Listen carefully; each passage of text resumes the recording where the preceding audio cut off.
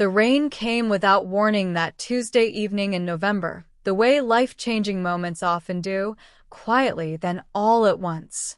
Ethan Caldwell sat in the back seat of his black Mercedes S-Class, his charcoal suit jacket folded across his lap, his phone dark against his palm for the first time in 6 hours. At 33, he had the kind of face that appeared on the covers of Forbes and Business Insider, the kind of jaw that photographers loved and rivals feared. He had 3 companies for properties across the United States and a personal net worth that had crossed the $2 billion mark last spring. He had memberships at clubs he never visited, a yacht he sailed twice a year, and a penthouse in Manhattan that looked like something out of an architectural magazine. All clean lines and floor-to-ceiling glass, and the particular loneliness of too much space for one person. What Ethan Caldwell did not have was peace. He hadn't had it in years. "Traffic's bad on the 405, Mr. Caldwell," said Marcus, his driver of 4 years, glancing in the rearview mirror with the careful neutrality of a man who understood that his employer's silences were sacred territory. "We might want to take the surface streets through Westwood." "Whatever gets us there fastest," Ethan said, and returned his gaze to the window. In the seat beside him, separated by a respectful distance, sat the reason for tonight's unusual detour. Gerald Caldwell, 71 years old, was asleep, or pretending to be, which was something Gerald had never been particularly good at. His large hands rested on his knees, and his breathing was just slightly too controlled for genuine sleep. Ethan noticed but said nothing. His father had always processed difficult things by retreating inward, and today had been a difficult thing. The quarterly review at the oncologist's office, the adjusted medication plan, the conversation about what quality of life might look like in the coming year.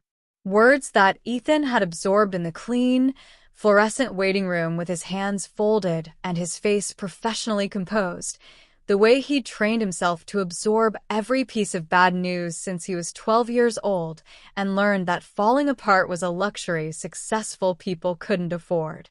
He was taking his father back to the family home in Bel Air, the house where Ethan had grown up, the one he'd bought back from foreclosure 12 years ago when he was 21 and flush with his first real success, because some debts weren't financial, and some promises were made to yourself in the dark when you're a teenager watching your mother cry over bills. Gerald had resisted moving back in. He was a proud man, the kind of California-born, blue-collar-raised man who'd spent 40 years believing that accepting help, even from his own son, was a form of defeat. But the diagnosis had shifted things. Pride, it turned out, had its own expiration date. The rain intensified as Marcus turned off the freeway, the city dissolving into blurred halos of streetlight and wet pavement. Ethan watched a couple sprint hand in hand beneath a shared umbrella, laughing at the soaking they were getting anyway, and felt something move through him that he couldn't quite name. It wasn't envy, exactly. It was the ghost of something. The memory of wanting exactly that kind of ordinary, laughing, rain-soaked life. He was still watching them when he saw her. She was standing at the edge of a bus stop on Westwood Boulevard, beneath an awning that wasn't doing much to protect her from the wind-driven rain. She was wearing a pale blue denim jacket, the kind that had never been designed for weather like this, and her dark hair was plastered against her cheeks and forehead in wet ribbons. She was bent forward slightly, her arms wrapped around the small figure pressed against her chest, a little girl, no more than 3 years old, her face buried against her mother's neck, her tiny pink rain boots the only cheerful thing in the whole soaking tableau. The child had one arm looped around her mother's neck, and the other hand clutching what appeared to be a stuffed rabbit, equally soaked, equally stoic. The mother's face was turned away at first, looking down the boulevard for a bus that clearly wasn't coming. And then Marcus slowed for a red light, and the woman looked up, and the streetlight caught her face, and Ethan Caldwell's entire chest collapsed. "Marcus," he said, and his voice came out strange, lower, rougher. like something dredged up from a place he'd sealed off years ago. "Stop the car." Marcus looked up sharply. "Sir?" "Stop the car." He was already reaching for the door handle. Her name was Sophia Reyes, and she had worked in this man's house for 2 years, cooking, cleaning, managing the daily operations of the Bel Air estate with a quiet, precise competence that made good household staff invisible to most employers and indispensable to the ones paying attention. Ethan had been paying attention, though he had spent considerable energy pretending otherwise. She had come to him through an agency when he was 29, newly returned from 18 months in London overseeing a merger, rattling around his enormous house with only Marcus and a rotating cast of personal assistants for company.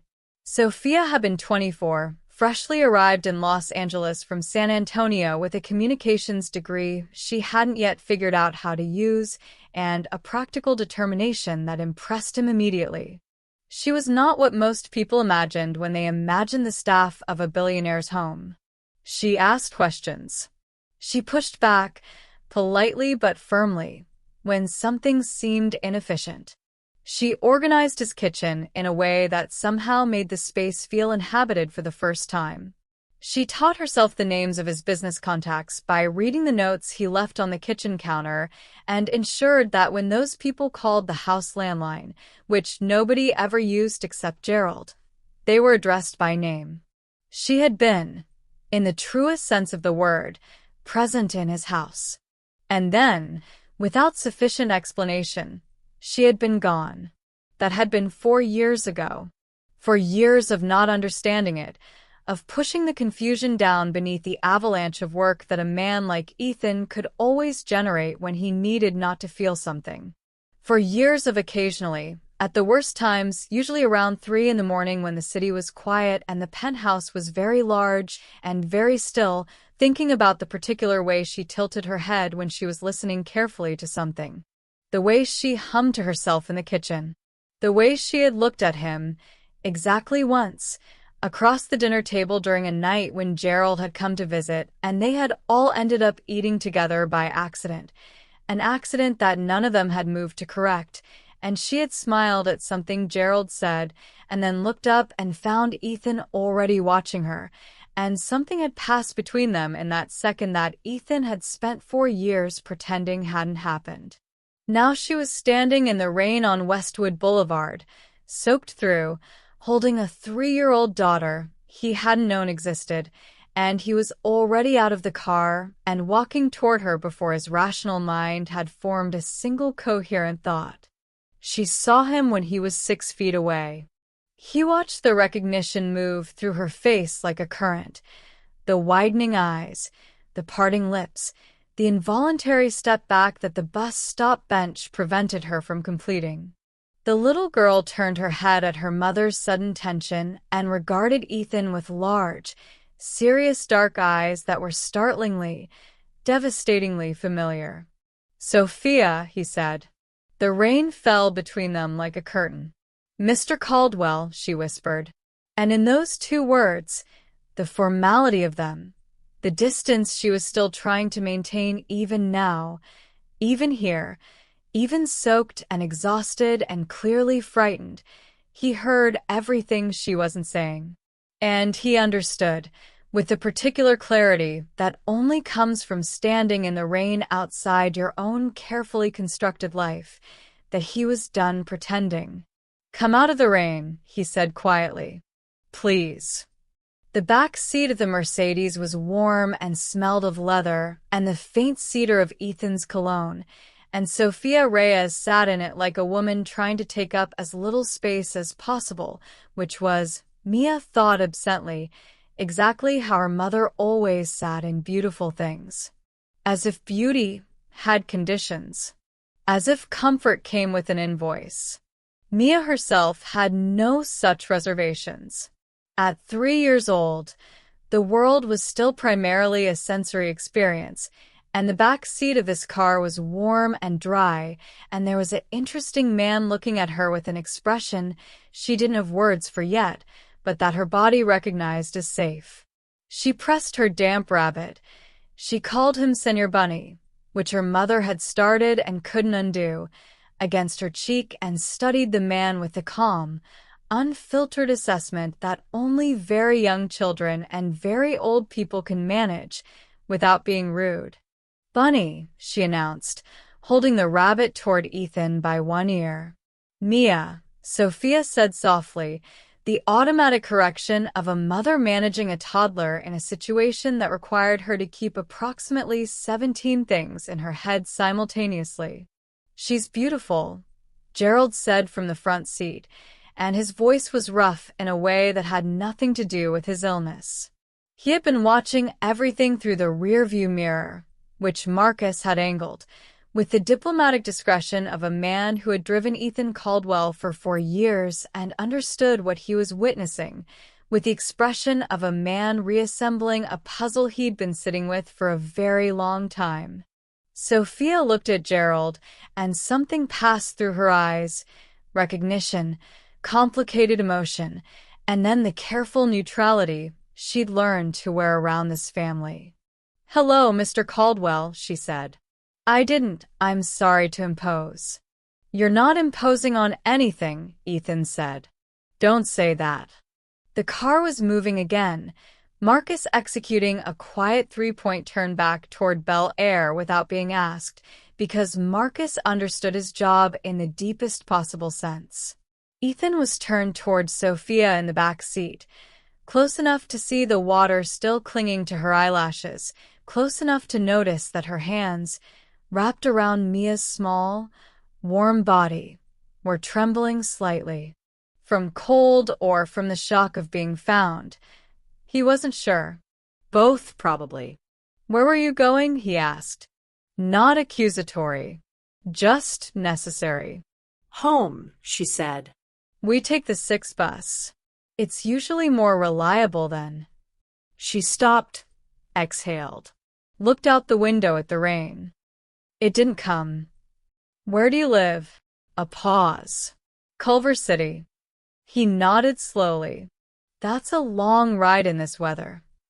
We manage." 2 words that contained an entire life, and Ethan heard all of it. He looked at Mia, who had now apparently decided that Senor Bunny's ear was something Ethan needed to hold, and had leaned across her mother's lap to press it insistently into his hand. He accepted it with the solemn gravity the transaction required. "How old?" he asked. Quietly.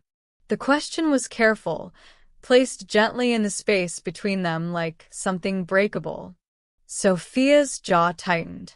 3.5. The math was not complicated. It wasn't the kind of math that required a Harvard MBA.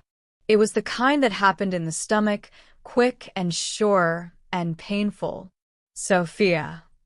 "I left because I had to," she said, and her voice was quiet but steady, the voice of a woman who had rehearsed what she would say if this conversation ever happened and had made her peace with the version where she had to say it in the back of his car in wet clothes while her daughter rearranged his composure. "I found out I was pregnant 3 weeks after I put in my notice. By then you were already," she stopped. "Reset. The agency had already placed me somewhere else. I was trying to be professional.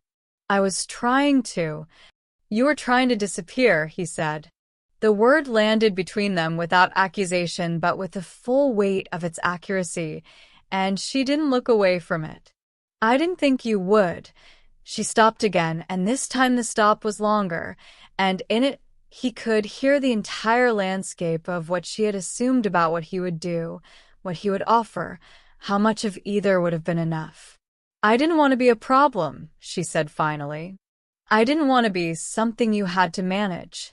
Something moved through Ethan's chest that he didn't have a corporate vocabulary for. It was grief, partially, grief for 4 years of distance that had been built on a misunderstanding both of them had been too proud or too scared to dismantle. It was anger, faintly, at circumstances more than people. And beneath all of it, steady and inconvenient as a heartbeat, was something that had never actually gone anywhere. "You were never a problem," he said. "You were the only person in that house who ever made it feel like a home." Sophia pressed her lips together. Her eyes were bright, and she was fighting the brightness with everything she had, and he loved her for the fight even as he wanted to tell her she didn't have to win it.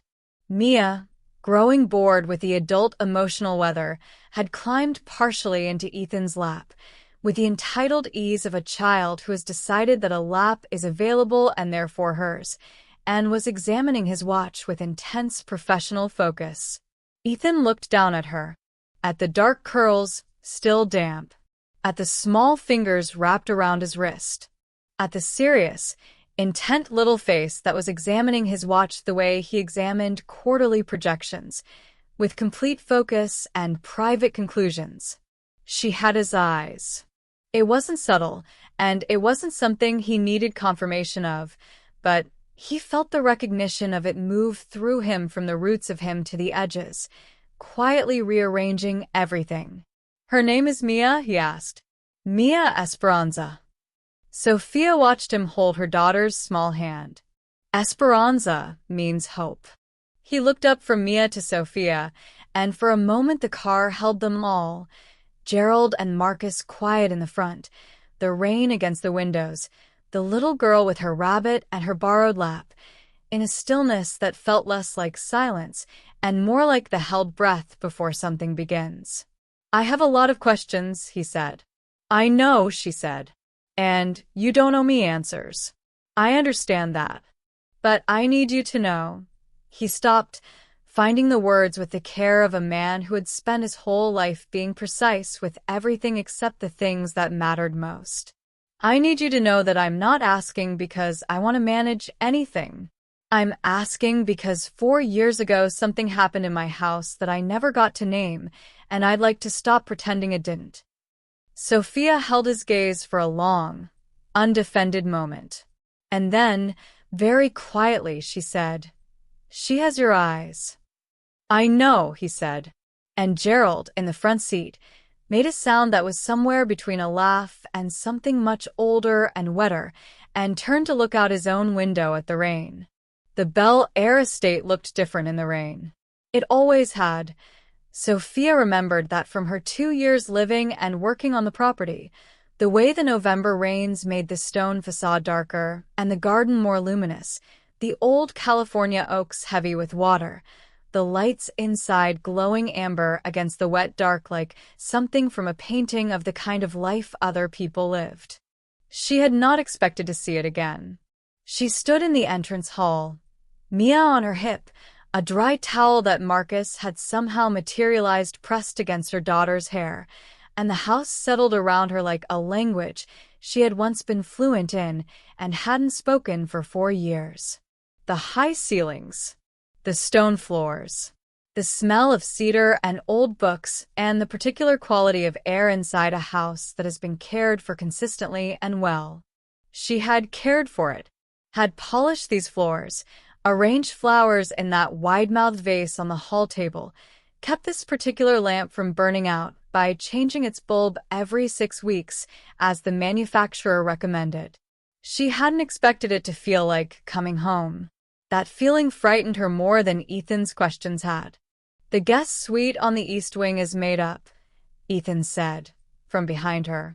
He had changed into a dry shirt, the brief, efficient disappearance of a man who kept spare clothes in his own house, and was now watching her with the careful attention she remembered from before. The way he had always watched her, like she was something he was trying to understand, without being obvious about trying. "You're staying tonight, both of you." "Ethan, it's still raining. The 6 bus doesn't run after 10. And he stopped briefly, and she saw something flicker through his expression. "And I'm not ready to watch you walk out of this house again. Not tonight." She should have objected to that.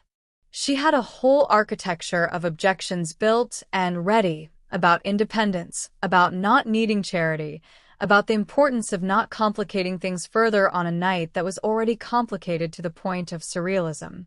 She'd been building those objections for 4 years, layering them one on top of the other until they felt like a foundation rather than a wall. But Mia had chosen this exact moment to put her head on Sophia's shoulder and close her eyes, the way toddlers do when they have decided that the current situation is sufficient and sleep is now the appropriate response. And something about the weight of her daughter's head, warm and trusting and completely unbothered by billionaires and complicated histories and rain, dismantled the architecture completely. "One night," Sophia said. Gerald had been settled in his study with tea and the particular kind of quiet that ill men inhabit when they are thinking harder than they want anyone to know. But he caught Sophia in the hallway as Ethan took Mia to the guest wing to find a dry change of clothes from the drawers that still held some of the children's things, left there years ago by a visiting niece, never removed, because Ethan didn't micromanage the drawers and Sophia had once taken quiet comfort in the fact that this house had space for small people in it. "Sophia," Gerald said. She turned. He looked older than she remembered. The illness had taken something from the edges of him, made him seem slightly less solid, like a photograph fading at the corners. But his eyes were the same, the sharp, perceptive Caldwell eyes, the ones Mia had inherited through the complicated geography of genetics and chance. "I always wondered," he said simply. She held his gaze. "I know you did. You should have told him." It was not accusatory. Gerald Caldwell had no talent for accusation, which was one of the things that had made him different from the fathers she'd grown up watching on television and different from the men she'd encountered in professional life. He stated facts the way kind people state facts, as observations, not indictments. "He's not his money, Sophia." He never was. "I know it can be hard to see past from the outside. But he isn't." "It wasn't about his money," she said carefully. "What was it about?" She thought about how to answer that for a moment. About the night she had taken the pregnancy test in the bathroom of the apartment she'd been renting by then, 3 weeks past her last day at the Bel Air estate, the pink lines appearing with a cheerful certainty of something that had already decided how things were going to go. About the hours she'd spent afterward in the particular stillness of a decision being made. About the version of the story where she'd called the estate and what she'd imagined happening, the professionalism of it, the management of it, the careful and kind and corporate way that a man like Ethan Caldwell, surrounded by lawyers and assistants and the machinery of enormous wealth, would inevitably handle an inconvenient pregnancy by a member of his household staff. "I was afraid," she said, "of what it would look like, of what I would become in that version of the story." She paused. The maid who got pregnant by the billionaire. It's not a story where the woman comes out well. Gerald was quiet for a moment. "No," he said. "I suppose it isn't. In most versions." He looked at her with the measured honesty of a man who had been around long enough to understand how stories worked and how rarely they were fair to the people living them. "But my son isn't most versions of anything." She didn't answer that. "He looked for you," Gerald said, "after you left. He didn't tell me that, but I know my son. He doesn't lose things easily, and he doesn't stop looking until he decides to, and even then he stopped." Shook his head slightly. He never really stopped. She felt that land somewhere in her chest, in the part she'd been keeping carefully sealed. "Get some rest," Gerald said, with the gentle authority of a man who had raised someone like Ethan and knew exactly when a conversation had reached the place where more words would only muddy what had already been made clear. "Tomorrow is soon enough for everything else." She nodded, started down the hall, then stopped. "Mr. Caldwell," she said. He waited. "I named her Mia," she said, because your son, used to say that his grandmother's name was the most beautiful name he'd ever heard." "Mia." "He told me that once. I don't think he even remembered telling me." She looked down the hallway toward the East Wing. "But I remembered." Gerald Caldwell stood very still for a moment.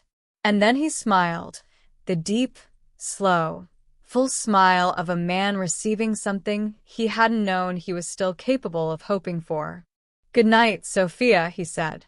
She found him in the kitchen at 11:30, which was where she had learned over 2 years of working in his house.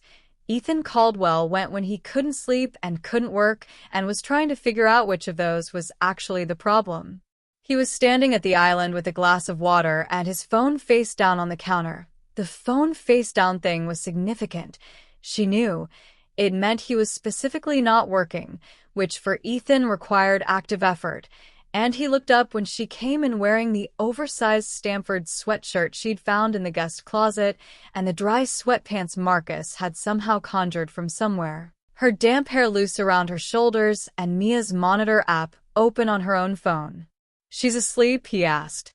20 minutes after her head hit the pillow, Sophia said. "She's adaptable. She gets that from you." A pause.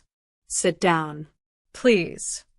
She sat on one of the bar stools at the island, and he refilled his water and poured her a glass without asking, setting it in front of her with a quiet attentiveness that had always been. She was remembering now, the memories reassembling themselves with the detailed clarity of things that had been stored carefully. One of the most quietly devastating things about him.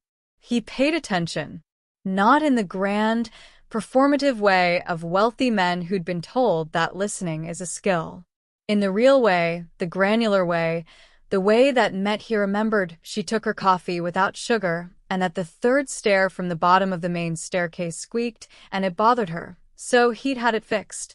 "I want to ask you things," he said, "and I want you to know that you don't have to answer any of them. But I'd like you to know that there's nothing you could tell me that would make me angry at you. Confused, maybe. Sad, possibly. But not angry." She wrapped her hands around the water glass. "Ask. Why did you leave?" He held up a hand before she could answer. "Not the professional reason. Not the thing you told the agency. The real reason." She was quiet for a moment. The kitchen was warm and the house was quiet, and outside the rain had softened to a steady, gentle sound against the windows, and it was easier, somehow, to tell the truth in a kitchen at midnight than it had been in a car earlier, or in a hallway, or in all the hypothetical conversations she'd had with herself over 4 years. "Because I was falling in love with you," she said, "and I couldn't afford to do that." He didn't move, but something in his face shifted, not dramatically, not the way faces shift in movies when the revelation comes. More subtly. The way stone absorbs water. Slowly, then all at once. "You are my employer," she continued, because she needed to get through this completely, or not at all. "You were one of the most powerful men in California. And I was the woman who cleaned your house. That dynamic, even if you had felt something too, even if I hadn't imagined the whole thing," she stopped. "That power difference doesn't just disappear because 2 people feel something. It shapes every choice. It makes it impossible to know what's real." "I know," he said. "I know it does. And I won't pretend I didn't understand that, even then." He was quiet for a moment.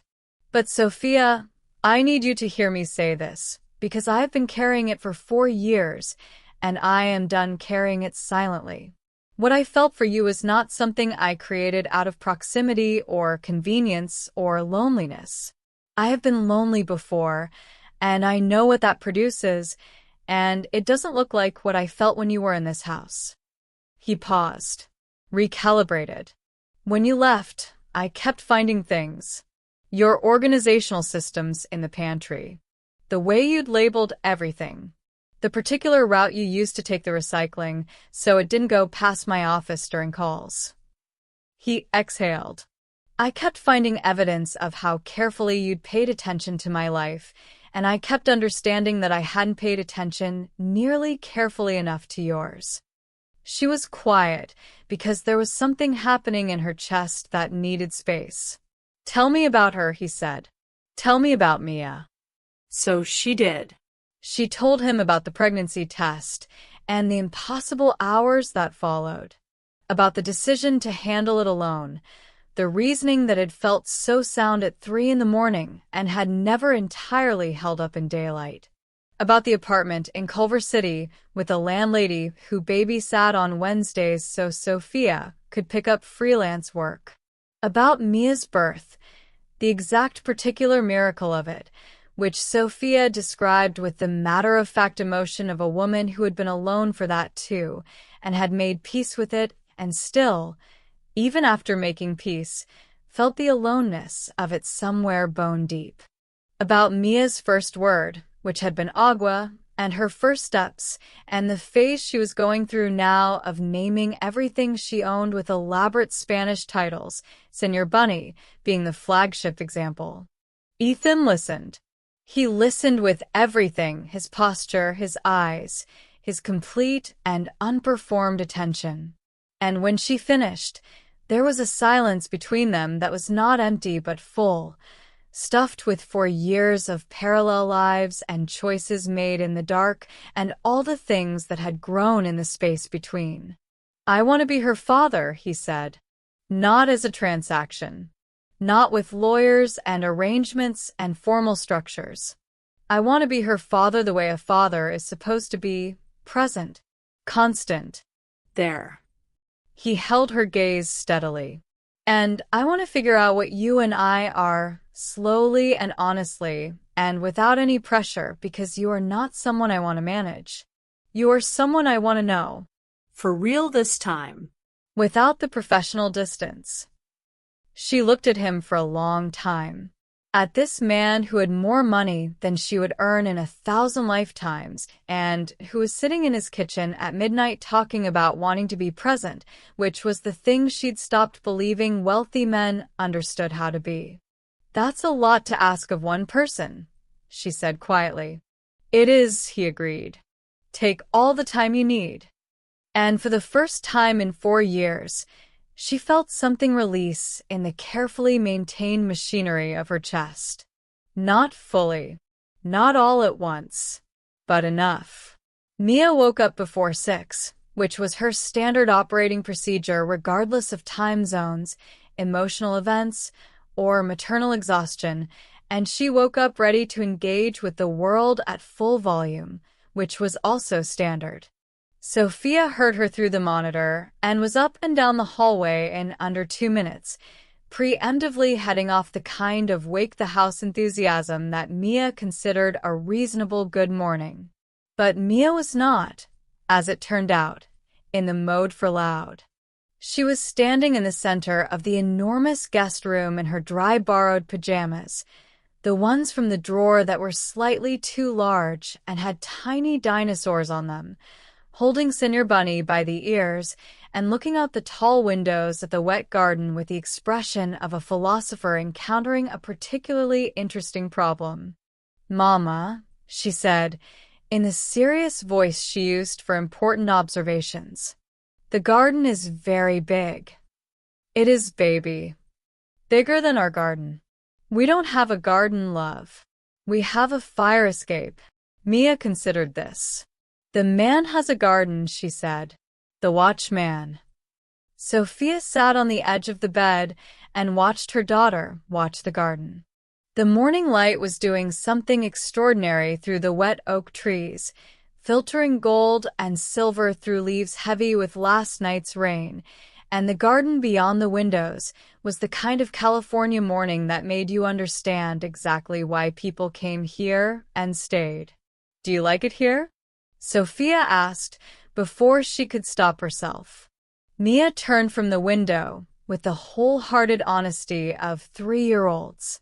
"Yes," she said. "It smells nice, like Abuela's house but bigger." Sophia's mother's house in San Antonio smelled like coffee and gardenia and the particular warm safety of a woman who had raised 4 children and knew what a home was supposed to feel like. That Mia had made that association with this house, with this garden, on her first morning here, did something to Sophia that she was not prepared for at 6 in the morning. They found the kitchen before the rest of the house was awake, and Sophia, operating on muscle memory, and the deep professional instinct that for years had not fully deactivated, started coffee. She found the beans in the second drawer on the right, same place she'd always kept them, and the grinder in the cabinet above, and she had the whole thing going before she fully registered what she was doing, which was making coffee in Ethan Caldwell's kitchen like a woman who belonged in it. She was standing at the counter contemplating the complicated symbolism of this when Ethan appeared in the doorway. He was in running clothes, the rare version of him that she'd occasionally glimpsed in her working years, the version that existed before 6 a.m. when the armor of the suit and the phone weren't yet fully assembled. He looked younger like this. Less billionaire, more person. He had clearly seen her through the kitchen windows from outside and had cut his run short, because there was still color in his face from the cold air, and he was not yet breathing normally. He stopped when he saw Mia. Mia was sitting on the kitchen floor, because floors were her preferred surface for serious activities, with a collection of measuring spoons she had found somewhere and was arranging by size with the focused intensity of a scientist. She was completely unbothered by Ethan's arrival, which she acknowledged with a single glance upward before returning to her spoons. "Hi, watchman," she said. Something happened to Ethan's face that Sophia had never seen before. Something cracked open in it, slowly and completely, and she thought, that's what he looks like when he's not managing anything. When there's nothing to manage and no one to manage it for. When he's just a person in a kitchen doorway looking at a 3-year-old on a floor, and the 3-year-old is his. "Hi," he said. His voice was rough. "What are you making?" "A ladder," Mia said, with complete confidence. "For a snail."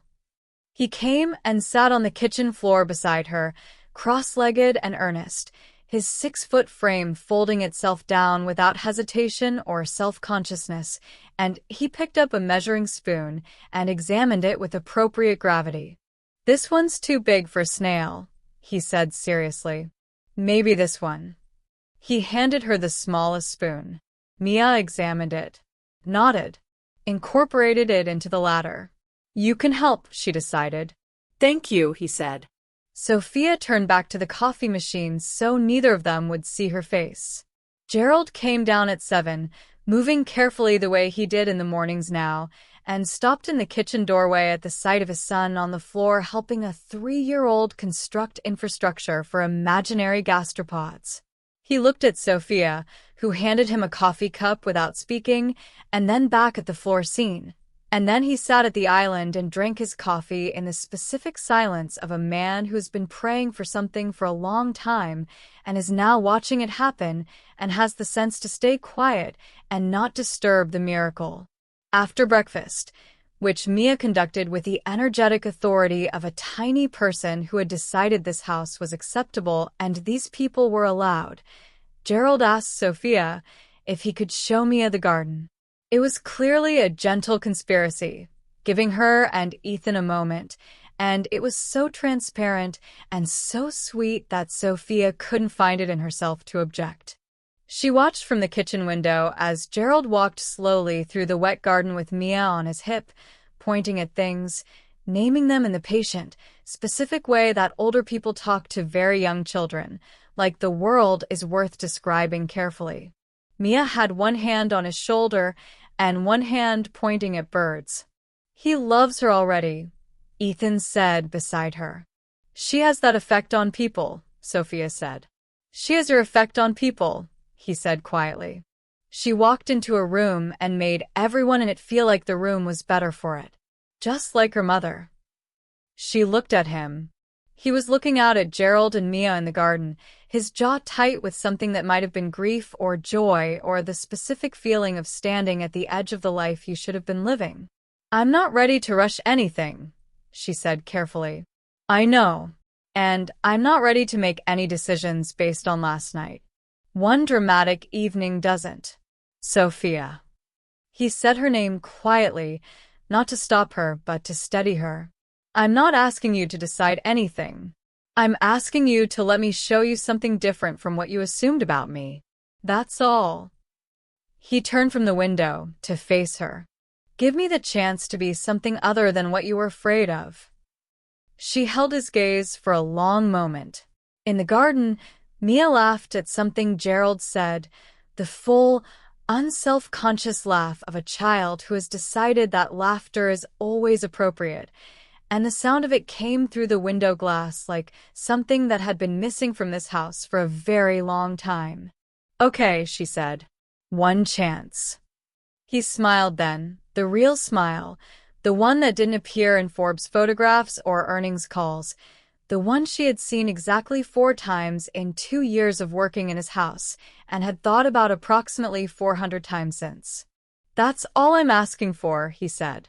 6 months later, on a Saturday morning in May, when the California light was doing its best golden hour impression and the Bel Air garden was in its full ridiculous bloom, Mia Esperanza Reyes ran across the lawn toward her grandfather with a dandelion in each fist and pure, uncomplicated joy in her entire body. Gerald caught her, lowering himself to his knees in the grass with a slowness that was new but a steadiness that was not. He was doing better. The medication adjustment was working, and his oncologist had used the words managing well at the last appointment, which were not the most beautiful words in the English language, but had become, for the Caldwells, deeply precious. And he accepted the dandelions with the solemnity they deserved and tucked one behind his ear. The other one, Mia instructed, pointing at his other ear. He tucked the second dandelion. How do I look? Like a king, she said, with absolute conviction. That's the nicest thing anyone has said to me in 71 years, Gerald told her. He was probably not exaggerating. From the garden terrace, Sophia watched them with a coffee cup warming both her hands and a feeling in her chest that she was still learning to trust. 6 months was not a long time.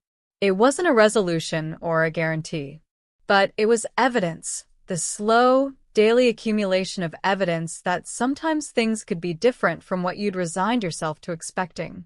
Ethan had been different. Not in grand gestures, though there had been a few of those.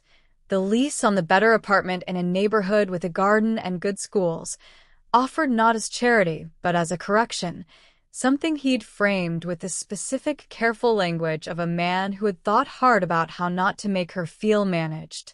Not in the sweeping declarations he could easily have made and might even have meant. In the smaller things. In showing up.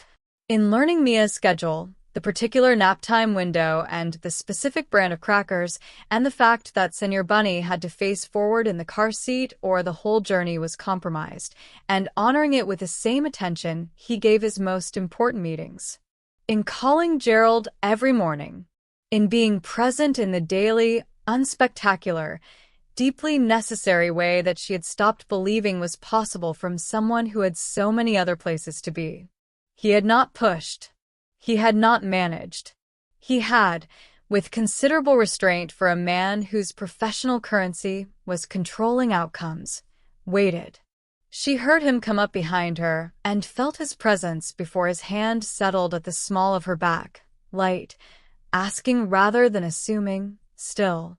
Always still asking. She has him completely, he said. She has everyone completely, Sophia said. It's a talent. Inherited, he said.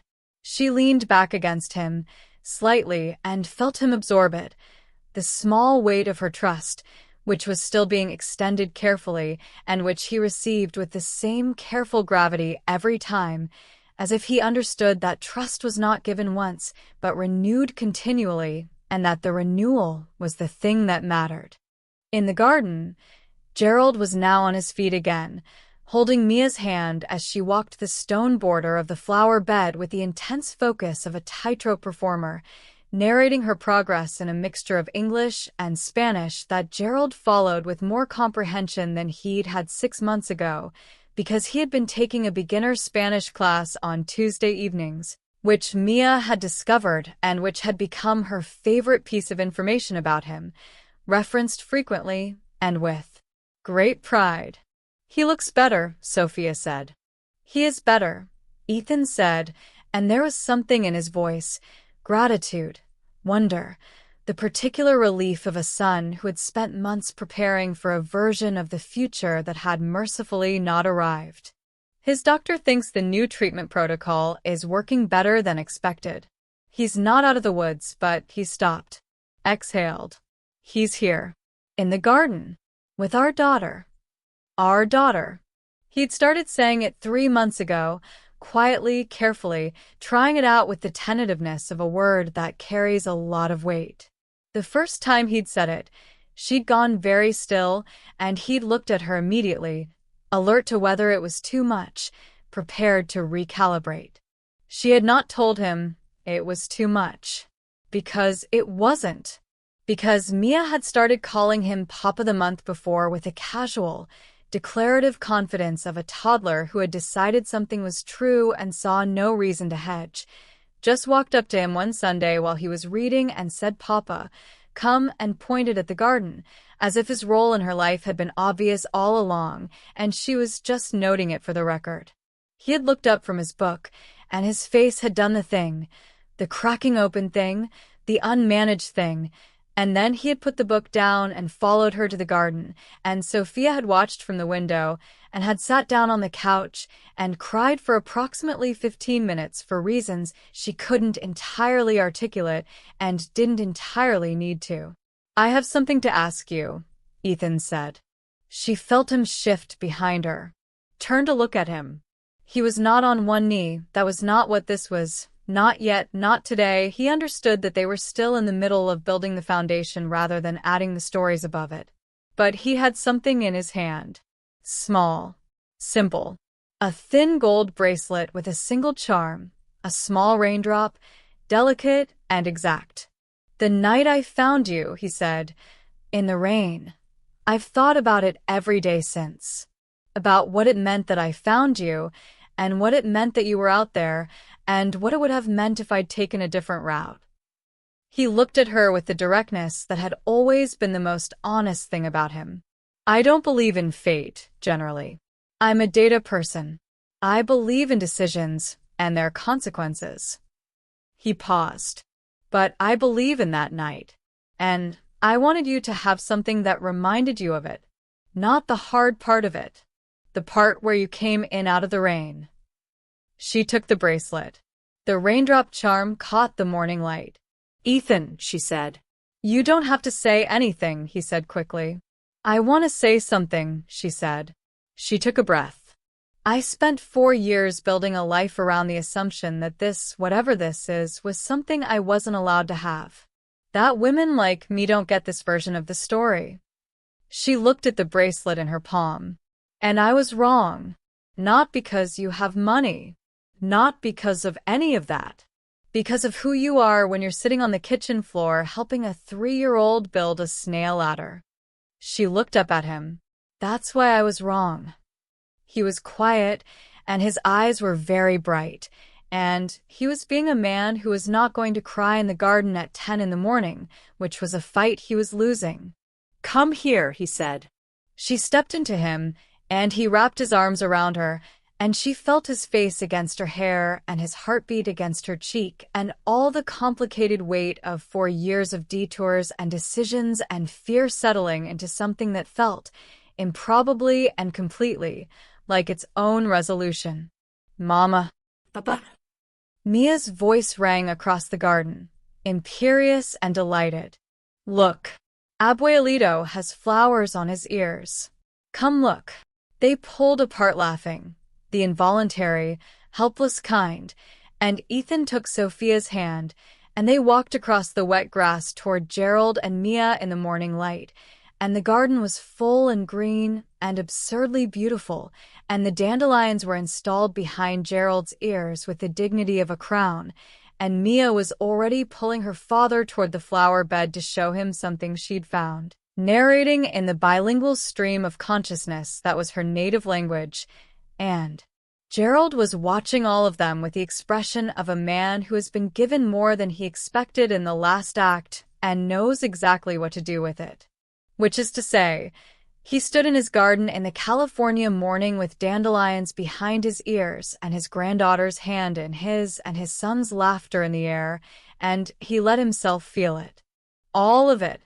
Without managing it. Without running the numbers on it or weighing its probability or protecting himself from the full force of it.